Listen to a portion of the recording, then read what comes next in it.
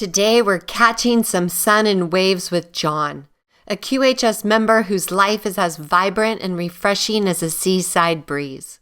What currents brought him to the sunny shores of the quantum shift? Let's surf behind the scenes to see the waves he's been riding. Hi, everyone. This is John. I was born in basically Los Angeles, the Hollywood area, and had one sister. And then 13 years later, when I was about 13, got a adopted brother. So, and my sister has now passed away. But my adopted brother and I are still very close. This makes it kind of special to me because today just happens to be my 80th birthday. So this is kind of neat to do the prequel today. Raised in California, went to high school in Azusa High in California, and then went to work when I first left home. I left home at 16 and kind of didn't look back. So there's a lot more to it than just that. But anyway, my first job was growing silicon crystals because I left home during my junior year and figured out real quick that high school was necessary. So took a night job and went back to high school right at Azusa High and graduated at midterm because I had enough credits to.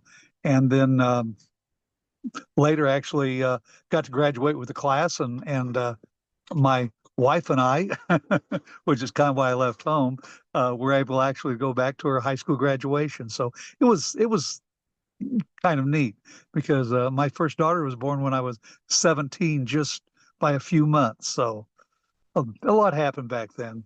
Went through there, then went to work as a mechanic for a number of years on Volkswagen, and then just basically went back to construction. When I was growing up, my dad was basically an electrician, worked for the city of Los Angeles, and that. Mom and dad divorced when I was about 3, so I was raised by a single mom until about 11, where she married my stepdad, who loves sports cars and motorcycles. So I guess that's why, where I kind of got to liking to ride motorcycles and have a lot of fun. From there, I worked as a plumber for a number of years. In 1973, I was able to go in and pass my C-36 licensing exam for a plumbing contractor in California and worked that for a number of years. And then in 79, I got tired of California, the people, the attitude, the government, a lot of different things that were happening there, and moved to Branson, Missouri. And that was kind of interesting. Of course, as a young man, when I worked for Wells Brothers, I learned to scuba dive when I was 14. And then they sent me through commercial school because they needed a commercial diver for a job they were doing in San Diego. And they put me through enough school to be able to, for the year and a half there, to kind of accomplish what they needed. And it was a lot cheaper for them to do that than it was to hire a full-time commercial diver. So that kind of worked out. When I got into Missouri, I opened Table Rock Plumbing and was just plumbing again. But I also started working part-time for John the Diver down in Branson. And when I moved from California, I had basically enough money to retire on from the plumbing company. And one of the banks that I had it in Branson went bankrupt. And so basically that left me in a little bit of a lurch because I never really recovered from that at that time. As far as the money, it was just, most of it was pretty much gone. So I moved to Joplin, Missouri. And while I was here, there again, to take over a little store for John the Diver. And while I was here, I just started plumbing again over in Carthage and that. But there was a quarry here in Oronogo, Missouri. And there were 2 partners that ran it.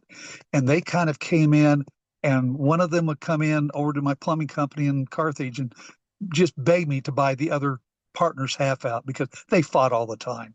So I guess he caught me in a muddy ditch one day. And in about 1981, I bought into the quarry.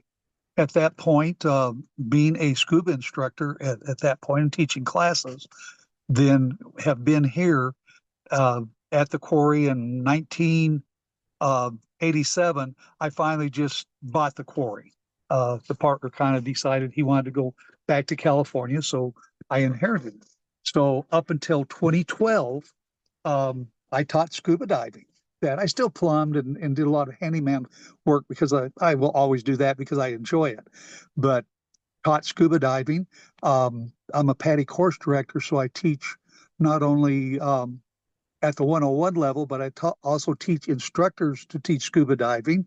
And I worked it up to where I also teach instructors to teach what we call deep diving, technical diving, where you do mixed gas diving and all these kind of good things. In through that time, I also met a gentleman by the name of Joe Gibbs, or Joe, that was into a lot of alternative energy and that.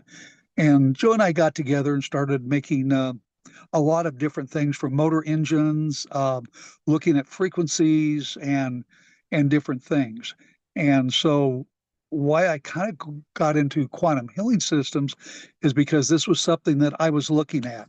It's been over 30 years now that I've actually been looking at energy, looking at vibrations, studying it, and getting it kind of in my head, and looking for a group, you might say, that was actually on the cutting edge, that was doing more than I could do as an individual.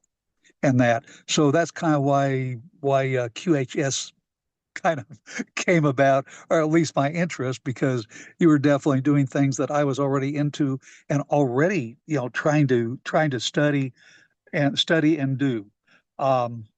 So anyway, here I am at that point. The problem I had in 2012, this is a mining quarry, and it was one of the largest in the world at the time, back in the 1800s, mining lead and zinc. Well, EPA came in and said that the area around it was contaminated and need to be cleaned. So that was great. What I did not know is, at the time, about halfway through negotiations, they said it had to be dumped in the quarry. So admittedly, most quarries in Missouri are contaminated, but I'm at 1,000 feet. It's the blue water here is fed by a low aquifer, and it was not contaminated. And so EPA came in 2012, shut my business down, dumped waste product into the quarry, and basically ruined it. So that kind of, at the same time, I was in Wichita teaching an instructor class, went to the motel that night, and woke up, could not breathe. I knew I had been tired that week, and that in a little bit. But anyway, it turned out that my mitral heart valve had blown its top. So now then, this was right after the tornado in Orinoco, or actually in Joplin. And so, being in Wichita, Regina finally called the ambulance, and they figured out what was wrong, and they took me to a little hospital over in Andover, which the doctor that ran it was the top heart surgeon in 5 states. So why I was there in Wichita and not here in Joplin, where I would have had to been airlifted, and that I went there, and they were able to go in and just sew it all back together and rebuild it. So, since then, of course, it was somewhat limited, but so I just went back and reopened my plumbing company full time. And then about 5 months ago, my right leg started hurting tremendously, and it got worse and worse and worse. Well, when I finally went to the doctor, because I was getting where I could not walk and the pain was tremendous, he told me, no, it wasn't my lower back, it was my hip. So 8 weeks ago, I had a hip replacement surgery, and I'm 1,000% better. The Q-Touch helped it a little bit and took a lot of the pain away, but not enough to where I could do what I wanted to do, or really get around. And since the operation, it has healed tremendously, way, way faster than they ever thought it would. I am walking. I am doing everything that I want to do. So, I'm still at the same property, been here for 45 years now. I look at the quarry with all the trees floating on top of it and the murkier water, and kind of breaks my heart. But other than that, I'm still here. I'm hoping one day that EPA will decide that they don't want to dump anything else in here and maybe leave. So with that, I'm just very happy with QHF and what they're doing, and looking forward to necessarily, exactly, to the QArc, to, because between my heart and some things, I also have a pacemaker as part of that, because due to the scar tissue, the beating was not done exactly like it should at times. So that's about all I can say. Of course, I am married and have been for about 26 years now. So that is well and where it should be. Join us on the Prequel, where every story matters and every voice is heard. Because here at QHS, we're all about healing, learning, and growing together.